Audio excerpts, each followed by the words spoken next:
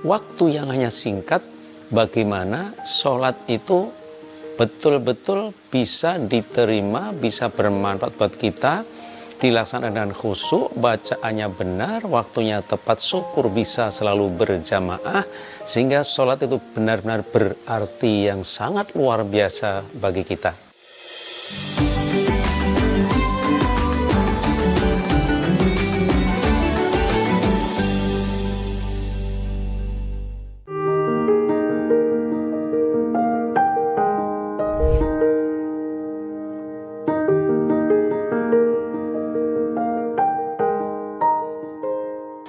Assalamualaikum warahmatullahi wabarakatuh. Alhamdulillahirabbil alamin. Asyhadu an la ilaha illallah, asyhadu anna Muhammadar Rasulullah sallallahu alaihi wasallam wa ala alihi wa ashabihi amma ba'du. Saudaraku semua, saya akan berbagi sedikit ilmu tentang fadilah atau topnya amalan sholat, pentingnya amalan sholat, wajibnya amalan sholat. Saudaraku semua, sholat difirmankan Allah, inna sholata tanha 'anil fahsya'i wal munkar. Sholat bisa mencegah kepada kejelekan dan kemungkaran. Sholat adalah menghadap kepada Allah, berbisik-bisik kepada Allah yang berisi dua hal. Satu, memuji kepada Allah. Yang kedua, minta kepada Allah, minta pertolongan, perlindungan kepada Allah. Itu isinya sholat. Waktu yang hanya singkat, bagaimana sholat itu betul-betul bisa diterima, bisa bermanfaat buat kita, dilaksanakan dengan khusyuk, bacaannya benar, waktunya tepat, syukur bisa selalu berjamaah, sehingga sholat itu benar-benar berarti yang sangat luar biasa bagi kita. Sholat adalah imaduddin, as-sholatu imaduddin, tiangnya agama. Sholat adalah tiang agama. Awalu ma yuhasabil abdu yaumil qiyamah, as-sholat. Awalnya hisapan besok di hari kiamat adalah masalah sholat. Sehari semalam 5 waktu. Yang harus diperhatikan, satu, suci dari semua hadas besar, hadas kecil, baik badan, pakaian, tempat. Ya, badan, pakaian, tempat harus suci semuanya. Yang keduanya harus berwudu dengan tertib. Yang ketiga, bagaimana sholat itu bisa khusyuk. Yang keempat, bagaimana sholat itu bacaannya bisa benar, fasih. Jangan lupa, usahakan sholat faham, mengerti artinya. Karena sholat adalah berhadapan kepada Allah, memuji kepada Allah, minta kepada Allah.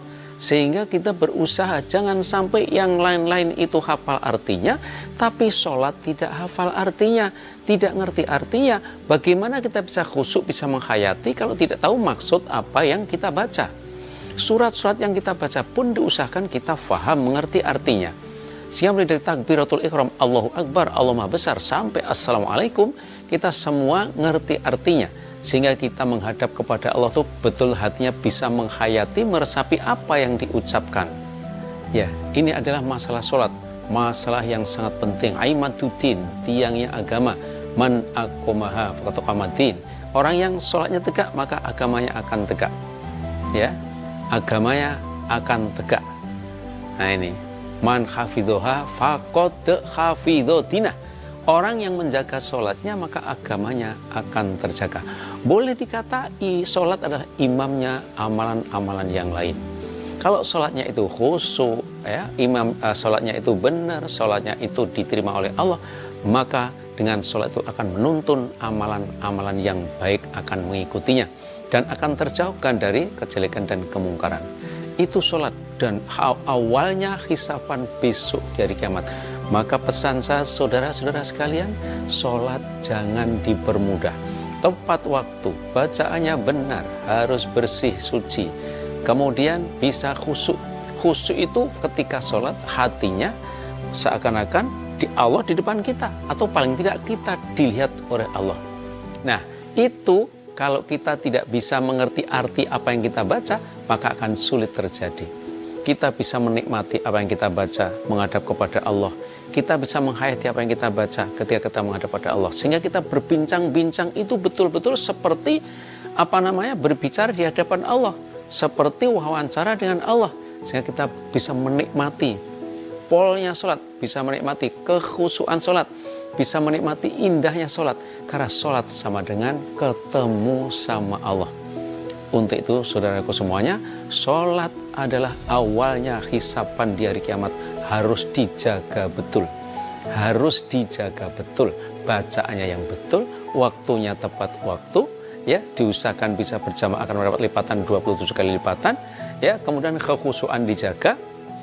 Nah, sehingga apa yang kita kerjakan itu betul-betul mendapat fadilah dari Allah yang luar biasa. Karena sholat adalah suatu amalan yang luar biasa yang bisa langsung menghadap kepada Allah. Saudaraku semua, sedikit yang kami sampaikan ini mudah-mudahan bermanfaat.